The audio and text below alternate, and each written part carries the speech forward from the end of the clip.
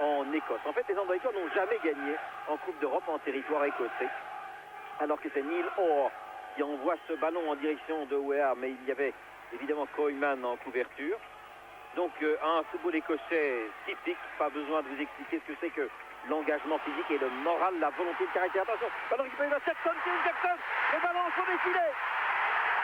Le ballon repris au fond des filets, un premier tir de Jackson, dévié du bout des doigts par De Wilde.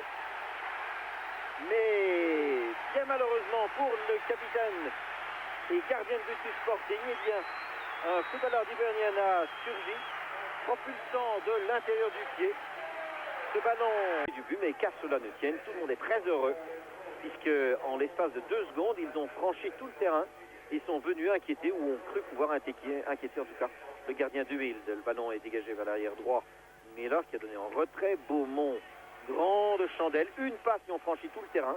L'opposition de style, elle est nette, elle est claire. Anderlecht essaye de pratiquer un football rapide, court, par déviation, ballon à terre, de l'autre côté, les grands coups de botte, ballon très aérien, vers Van Vossen, vers Verstappen dans le rectangle, Verstappen va passer le gardien, accroché Benassi. Verstappen venait de dépasser le gardien, la main de Burridge a traîné dans les pieds de Verstappen, le pied gauche de Bruno Verstappen, et même le droit aussi d'ailleurs. Et celui-ci s'est affaissé dans le rectangle, il était pratiquement d'ailleurs dans le petit rectangle. John Burridge, le gardien des Hibernians, était dépassé. Faute et aussitôt Hans-Jürgen Weber, l'arbitre allemand a désigné le point de pénalty. Moment important, nous sommes à 5 minutes du repos. Possibilité pour les Andorrécois d'égaliser, c'est Marc De Greyse qui a placé le ballon 11 mètres. Le public proteste, n'apprécie pas la décision. Marc De Greyse, un but partout. Égalisation de Marc De Greyse à 5 minutes du repos. Et les Anderlechtois, encouragés par leurs quelques vaillants supporters, il y en a une poignée, qui ont fait le déplacement jusqu'ici en Écosse. Le ballon magnifiquement placé sur la gauche du gardien, hors de portée de John Burridge, qui avait choisi l'autre côté de son but d'ailleurs. John Burridge s'est détendu mais en vain, le ballon mourait dans l'autre coin et un but partout. Égalisation de Marc De Greyse qui a pris ses responsabilités.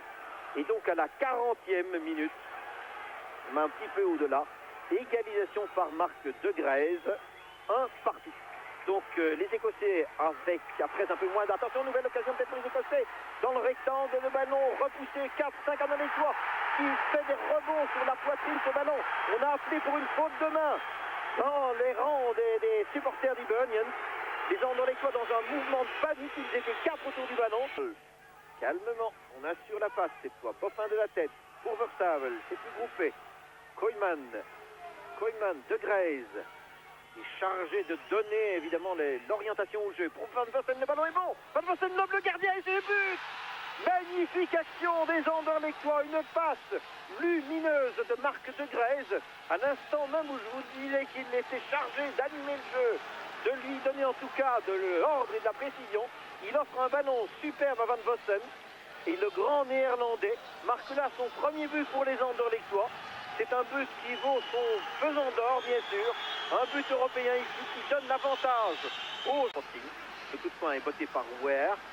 Weah en direction du pied de McGinley, non de l'avancement Wright. Sans doute ce ballon repris de la tête et dégagé vers le même Weah.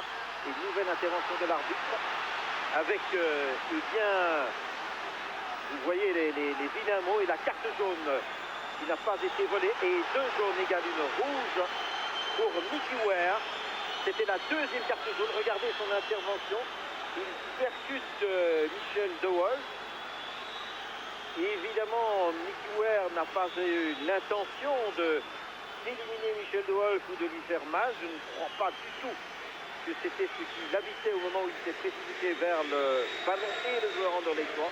Toujours est-il que l'arbitre, lui, est allé aussitôt dans sa poche. Il a brandi une 2e carte jaune sous le nez de Mickey Weah. Vous revoyez l'action. Oui. C'est difficile, les standards de jeu, comme on dit, sont tellement différents entre un arbitre de Bundesliga et des footballeurs écossais. Pendant ce temps, le centre pour Rice sur Cole, le ballon il marque. Non, le ballon traque à transversale, il est dégagé. Est-ce qu'il a franchi la ligne de but? Et c'est par terre, si oui, mais le juge de ligne, non, a indiqué clairement que le ballon n'est pas franchi la ligne. On remet ça peut-être, grand centre au-dessus du but. Mais que c'était dangereux, j'espère qu'une image va nous être redonnée. C'est un ballon à suivre, vous le voyez, de Hamilton. Et voici Rice, le ballon qu'il a dépassé, et puis il tire aussitôt, frappe la transversale. Après le duel qu'il opposait avec Contrasson. Et à nouveau au sol, un Anderlechtois qui s'est fait à nouveau mal dans cette bataille.